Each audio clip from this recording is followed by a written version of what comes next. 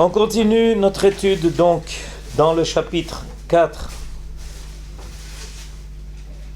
du principe de Maïmonide accompagné de nombreux exemples sur la nécessité d'équilibrer ces midot,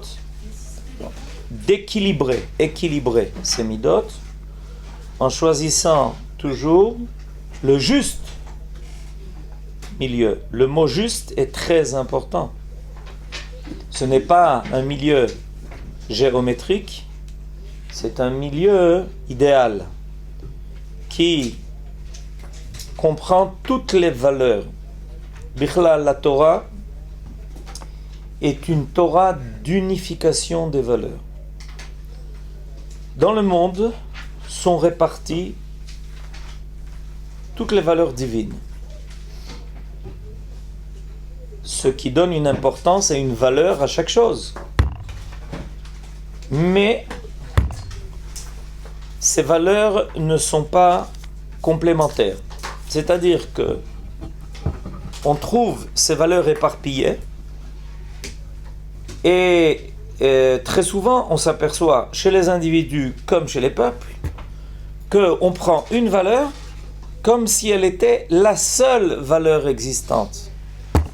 La beauté de la lumière, c'est la capacité de réunir dans un même faisceau tout le spectrum de toutes les nuances de la lumière.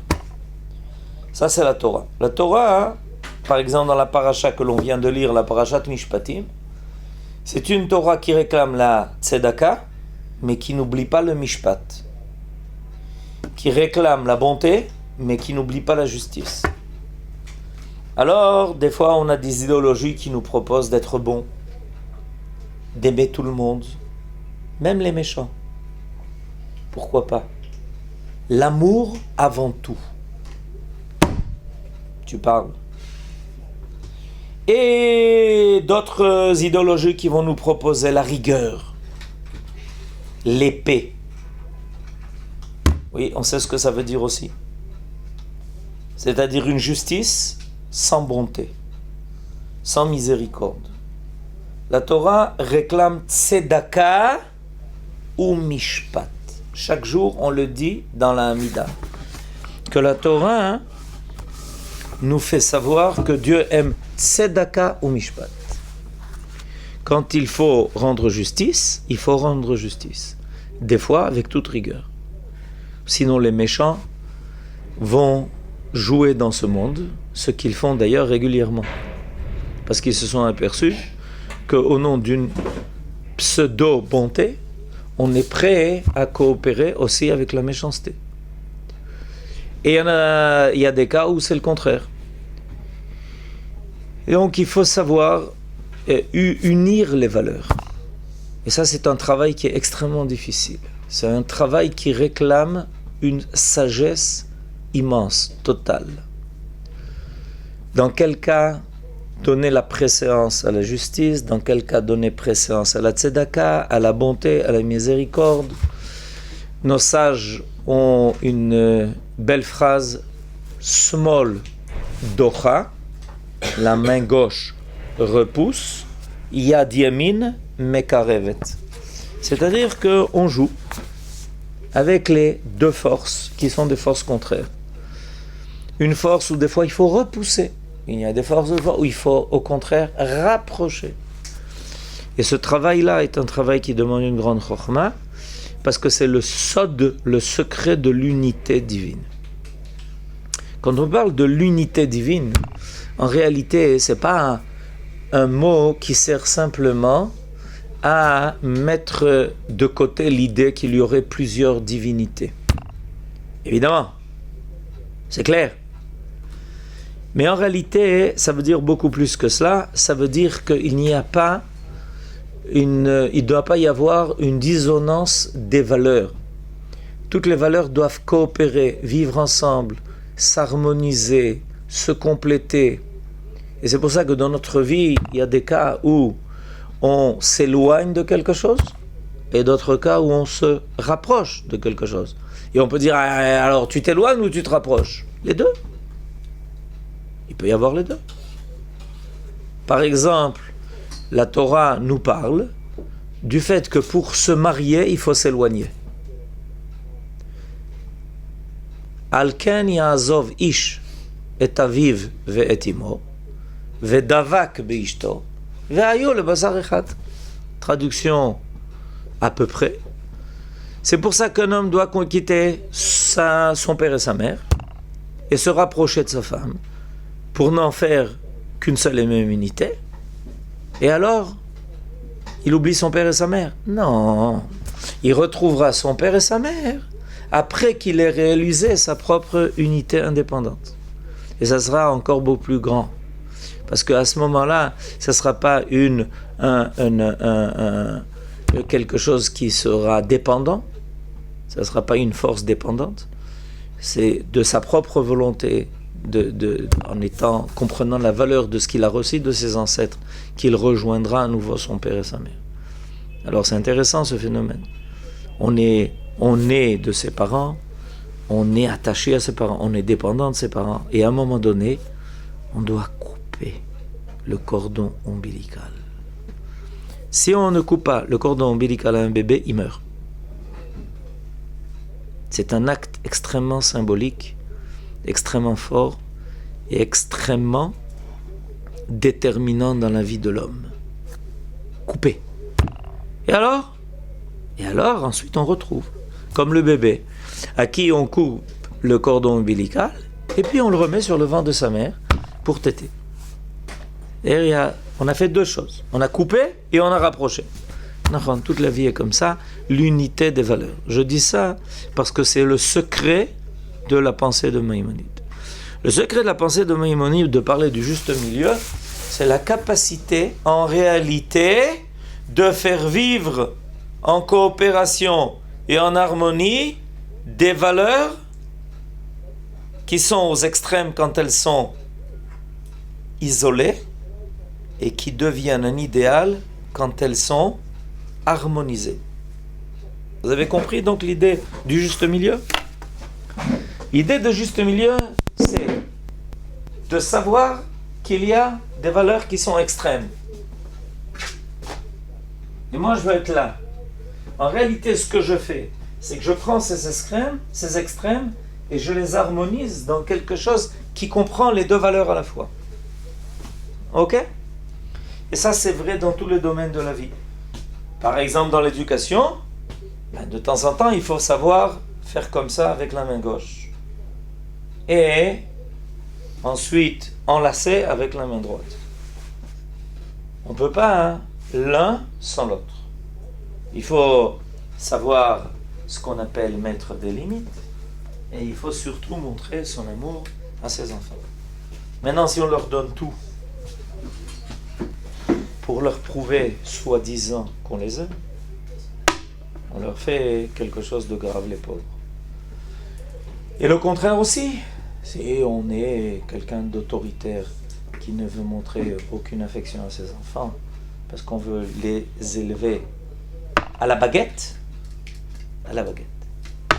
évidemment, on aura le résultat qu'on aura voulu. On aura des enfants baguettes, oui. Des enfants baguettes. Ah, je n'ai pas pensé à ça, tiens, enfants baguettes. Oui. Est-ce que le juste milieu, c'est par rapport à un idéal de la Torah ou c'est par rapport à nos midotes qu'on a reçues de base?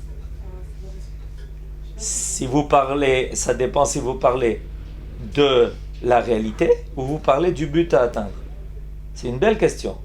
Si on parle du but à atteindre, le juste milieu, c'est le juste milieu de la Torah. C'est l'idéal de la Torah. Si vous parlez du travail qu'on a à faire, ben c'est en fonction de ce qu'on a reçu. J'explique. Il est possible qu'on ait déjà reçu en nous un juste milieu dans certains domaines. On ne mange pas moins qu'il faut, on ne mange pas plus qu'il faut. Comme ça, on nous habituait. On l'a reçu de façon naturelle. On est quelqu'un d'équilibré. Quand on sent qu'on n'a plus faim, on arrête de manger. Et on ne continue pas à manger jusqu'à exploser. On l'a reçu, soit par éducation, soit même des fois par nature. D'accord? Mais dans d'autres domaines, on a un travail immense à fournir pour rejoindre ce juste milieu.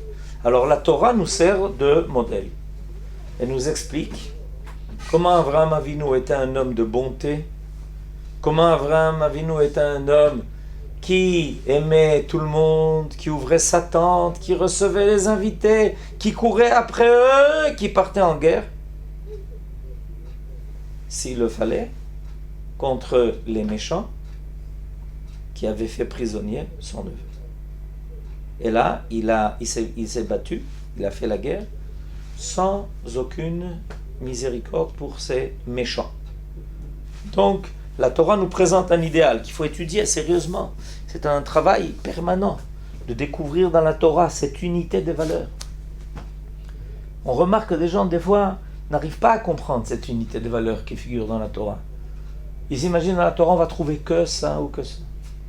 Et des fois même, ils ne cherchent que ça ou que ça. Parce qu'ils ont une tendance à cela. Alors ils vont toujours essayer de trouver dans la Torah quelque chose qui répond à leur propre tendance. C'est pas ça la Torah. La Torah, évidemment, c'est ce lycée guidé par la Torah qui petit à petit te fait découvrir cet idéal de l'unité des valeurs.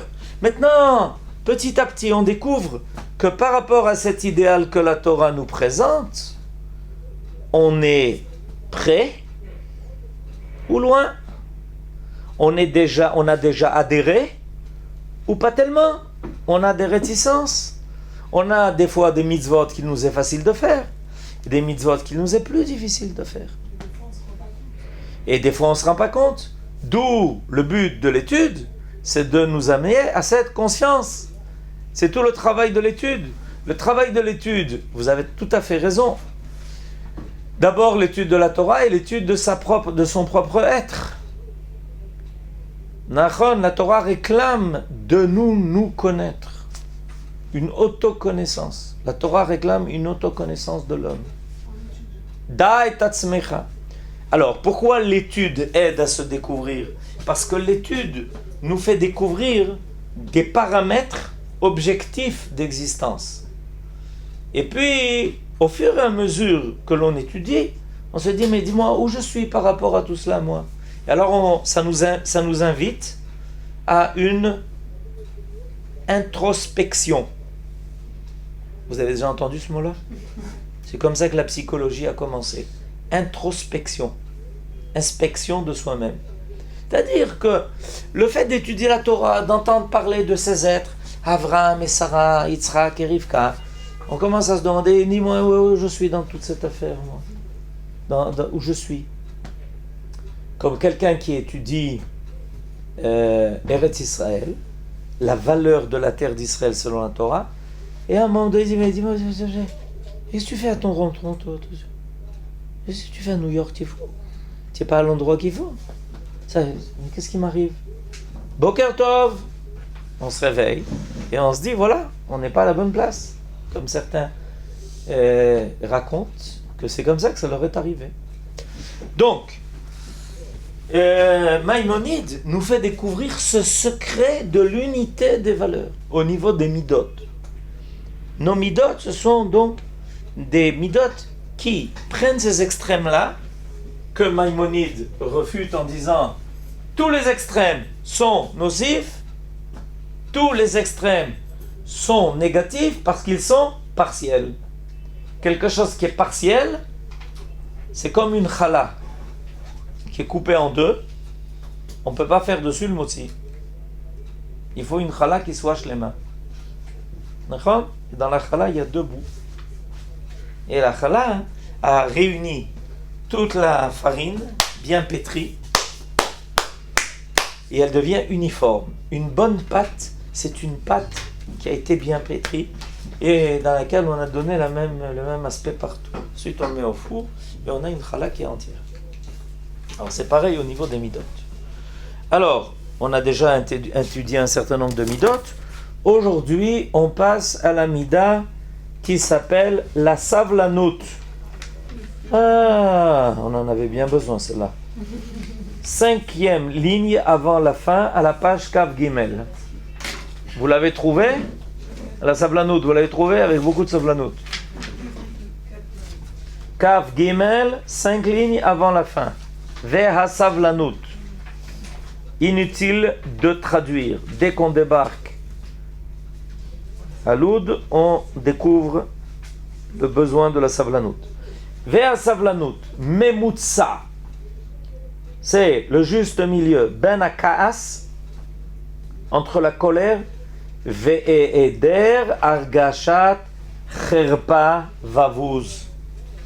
C'est donc le juste milieu entre la colère, ça c'est un extrême, et l'autre extrême, l'autre bout c'est quoi? E'eder argashat cherpa vavuz. J'explique. Un manque de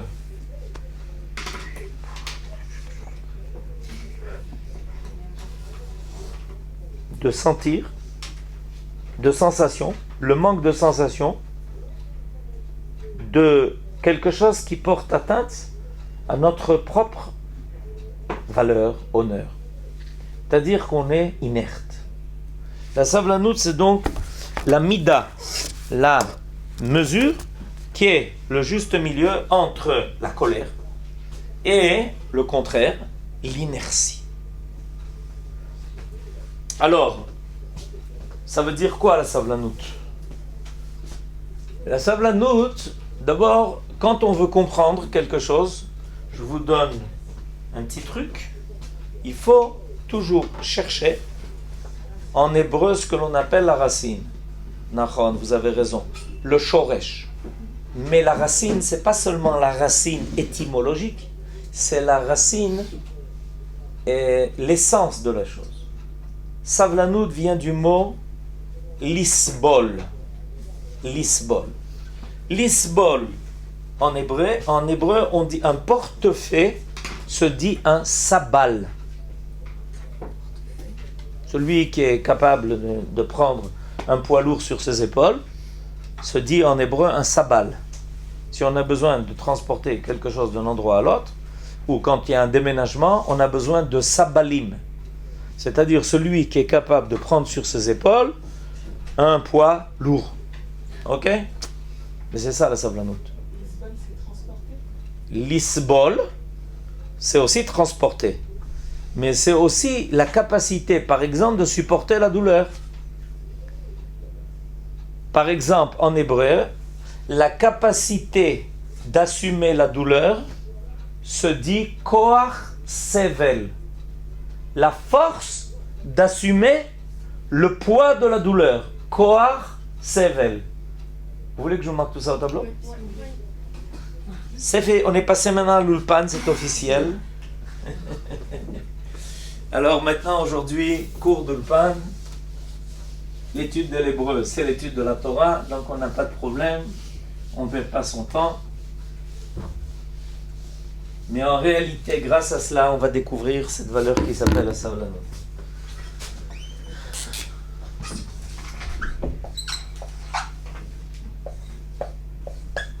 Alors, l'étymologie du mot savlanout, c'est le mot Samer, Bet Lamed. La capacité d'être un portefaix. Lisbol. Avoir la force de porter un poids. Sabal. Un portefaix, celui qui peut prendre un poids lourd sur ses épaules. Koach sevel. La force de supporter la douleur. À l'armée, on apprend aux soldats par des exercices pas toujours très faciles d'avoir koach sevel, marcher 40-50 km avec un poids pas facile à porter, sans rouspéter et sans s'arrêter et sans prendre un bon verre de coca au milieu. Koach sevel. On doit développer en soi le koach sevel. Tout ça, ça vient du mot savlanout. Alors, le coléreux, c'est donc un extrême. Il n'a pas de koach sevel. Il n'a pas la capacité d'assumer quelque chose qui le dérange. Ça le met tout de suite en colère. La moindre chose qui ne convient pas à son bien-être, tout de suite le met en colère. Il rentre chez lui, et puis on ne lui a pas préparé le plat qu'il fallait, monsieur le petit, et alors il se met tout de suite en colère. Il n'a pas de corps sével, c'est-à-dire la force d'intégrer ce qui demande à être amélioré. Il n'a pas ce niveau-là, ça ne marche pas chez lui. Ça vient évidemment de quelque chose de profond qui s'appelle l'orgueil, qui pense que tout doit être en place selon sa propre volonté, son propre être, son être est le critère fondamental de l'existence du monde. Si les choses s'arrangent comme il le veut, ça va. Si ça ne s'arrange pas comme il le veut, ben, il se met en colère. Et ça se manifeste par évidemment une impatience, le contraire de la savlanout. La colère se manifeste par choser savlanout, un manque de patience, l'incapacité d'assumer même quelque chose qui objectivement n'est pas parfait. Et oui, on est dans un monde qui n'est pas parfait. Et les hommes ne sont pas parfaits. Et les situations ne sont pas parfaites. Parce qu'on est dans un monde qui est à perfectionner. Et donc, le casse, qui d'ailleurs est très souvent a pour origine une colère que l'on a envers soi-même, la colère que très souvent on manifeste envers autrui, c'est une colère qu'on a envers soi-même, parce qu'on a en subconscient notre propre imperfection, et on n'est pas content de soi-même. On a du mal à se supporter. Alors, évidemment, quand on a du mal à se supporter, on a du mal à supporter autrui. On n'arrive pas à assumer sa propre vie avec toutes les imperfections qu'elle porte. Il y a un principe qui est très connu, c'est que tzarich le lamet zchut. Comment on dit traduit ça en français? Besoin d'apprendre le mérite du mérite. Pardon? Non. Le lamet zchut al mishu acher. Considérer autrui d'un bon œil. Le lamet zchut. C'est comme ça qu'on dit. Ça veut dire que quand tu vois quelqu'un qui fait une erreur, alors sois indulgent. Ça veut dire, bon, écoute, il a des circonstances atténuantes, il faut comprendre, il faut aussi. Et puis ne l'accuse pas tout de suite, peut-être qu'en réalité il n'est pas fautif. Essaye de trouver des raisons qui l'ont peut-être amené à cette conduite. Ça s'appelle la metzrout, d'accord? Ce qu'on oublie d'enseigner très souvent dans les cours de morale, ça on aime bien enseigner d'ailleurs dans les cours de morale, qu'il faut être indulgent envers autrui. Ce qu'on oublie d'enseigner dans les cours de morale, c'est qu'il faut être indulgent avec soi-même. Mais est-ce que ça doit être sur des choses aussi pas très importantes? Oui. Comme par exemple quelqu'un qui conduit très bien, ouais, et qui devient fou parce que les autres conduisent mal. Oui. Ça s'appelle choser savlanout. Parce que le principe, il est le suivant. Si tu as la capacité d'agir et d'avoir une influence pour changer la situation, ben il faut le faire. Mais sur la route, à 120 km/h, c'est un peu difficile d'éduquer les autres. J'ai vérifié. Sur le temps que tu essayes de les éduquer, ils ont déjà... Et dans le meilleur des cas, tu évites un accident. Donc, c'est pas la situation idéale pour éduquer les gens. Il faut trouver d'autres solutions. On m'a raconté le cas la semaine passée. Une rabbinite qui enseigne chez les Israéliennes. Elle a perdu son père. Je suis allé lui rendre visite en Nichum Aveli, mais elle racontait que son père, une fois, ils sont rentrés ils devaient aller quelque part, ils ont pris une route, et il s'est avéré qu'ils s'étaient trompés de route, et ils se dirigeaient vers un endroit qui n'était pas sympathique, et qu'il valait mieux éviter. Seulement, il n'y avait aucune pancarte qui indiquait le danger. Alors, il a tout de suite écrit une lettre en rentrant chez lui, au ministère des Communications, pour leur demander tout de suite de s'occuper de l'affaire, parce qu'eux avaient évité de justesse de rentrer à Ramallah. C'est pas sympa. Et rentrer à Ramallah, c'est pas sympa, je vous conseille pas. On sait qu'on rentre, on n'est pas sûr de savoir où on s'en sort. Alors, eh ben, depuis qu'il a envoyé cette lettre, ils ont mis une pancarte. C'est-à-dire, il a fait ce qu'il a pu. Alors, quand tu sais que tu peux faire quelque chose, fais-le. Mais si tu sais que tu ne peux pas faire quelque chose, tu dois supporter. Tu dois supporter l'imperfection. Parce que pour le moment, tu ne peux rien faire de plus que de la supporter. Mais le fait de supporter, ça veut dire quoi? C'est que profondément en toi, tu sais qu'on est dans un monde qui est imparfait, qui demande encore à être amélioré, et que c'est dans ce monde que tu vis, et que tu fais partie des imperfections de cette vie. Tu fais aussi, toi, des erreurs des fois en tant que chauffeur. Les meilleurs chauffeurs du monde font des erreurs. Les meilleurs. Et des fois, ça leur coûte très cher d'ailleurs.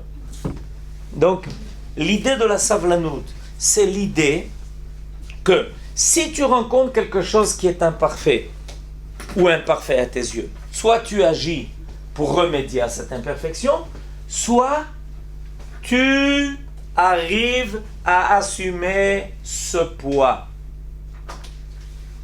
Si tu ne t'es pas habitué à supporter, à assumer ce poids, alors tu te mets en colère. Mais il y a une autre possibilité. L'autre possibilité, c'est l'autre extrême dont nous parle Maïmonide et qui est évidemment pas la bonne méthode non plus. C'est l'inertie, c'est-à-dire ne rien sentir. Soit par nature, soit par Yehush. C'est quoi Yehush? Pardon? C'est quoi le Yehush? Désespoir.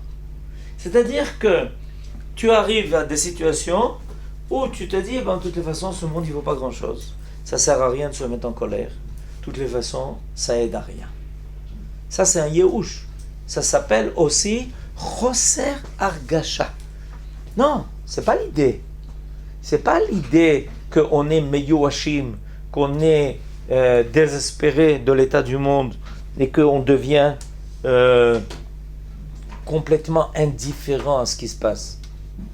L'indifférence. Voilà, l'indifférence. Donc la savlanout, c'est le juste milieu entre ces deux extrêmes. La colère et l'indifférence. Par exemple, avec ses enfants, il faut beaucoup de savlanout, mais pas d'indifférence. Et on peut confondre les deux. Parce que tu peux ne pas réagir à un comportement de tes enfants ou d'autrui par savlanout ou par indifférence. A priori, le résultat est le même. Tu vois que quelqu'un ne réagit pas. Tu vois quelqu'un ne pas réagir. Maintenant, tu le vois ne pas réagir.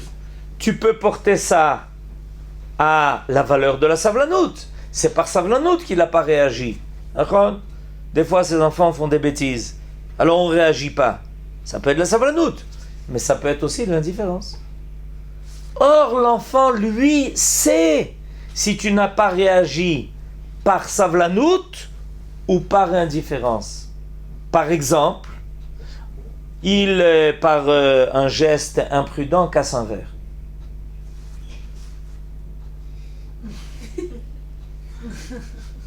Casse les verres, mon petit. Toutes les façons, ça vaut pas grand-chose. On achèterait une douzaine de plus. La savlanout, c'est évidemment lui enseigner, la prochaine fois, avec beaucoup de patience, la prudence, ou prendre des dispositions pour que, même s'il fasse des gestes imprudents, ça n'arrive pas. L'indifférence, moi, ça ne m'intéresse pas ce que tu fais. Et évidemment, quand un enfant sentira une indifférence, pour lui, c'est la catastrophe. Parce que ça prouve que ses parents n'ont aucun intérêt pour ce qu'il fait ou pour ce qu'il va arriver. C'est la chose la pire. A priori, extérieurement, on a l'impression d'affronter la même chose. D'accord ? Mais l'intention, l'état d'esprit dans lequel tu te trouves, va avoir une influence énorme sur le résultat de ton attitude. Parce que chaque acte est animé d'une volonté. La savlanout, c'est ne pas renoncer, sachez la définition. Dans la savlanout, on ne renonce pas à l'idéal. on a la patience d'attendre que l'idéal se réalise avec le temps et avec nos efforts. C'est ça la savlanout. C'est pas renoncer à l'idéal. L'indifférence, c'est renoncer à l'idéal. C'est dire, de toute façon, le monde est un monde qui ne vaut rien, il est imparfait, on n'a rien à espérer de ce monde.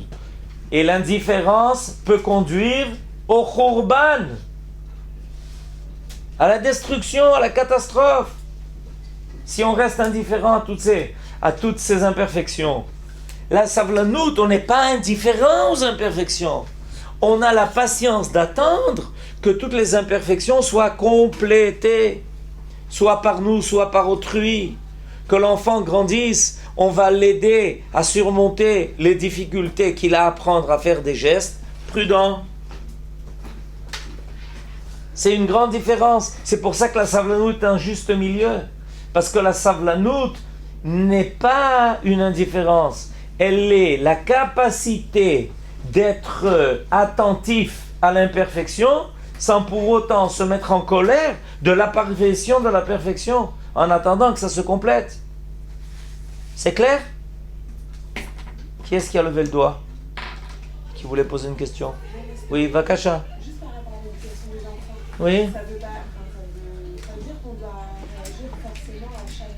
Mais non, justement non. Ça ne veut pas dire forcément qu'on doit réagir.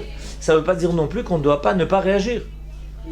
Zéro. Non, c'est un travail qu'on a fait sur soi-même, on a intégré en cela l'idée de la savlanout, mais la savlanout passe des fois par le fait de ne pas réagir, et au contraire, des fois la savlanout passe par le fait de réagir. On voit un enfant qui va faire tomber un verre. On va tout de suite, pour prévenir, pour l'empêcher précisément de casser. D'accord ? On ne s'est pas mis en colère contre lui. On a agi, intervenu selon notre capacité. Mais si l'enfant est à l'autre bout de la pièce, on ne va pas courir comme un fou pour essayer de rattraper un verre. D'accord ? Et même si on essaye, on n'y arrive peut-être pas. Et on a la savlanout de voir le résultat. Ben c'est un enfant n'est pas encore prudent de ses gestes. L'indifférence. Casse mon petit, casse.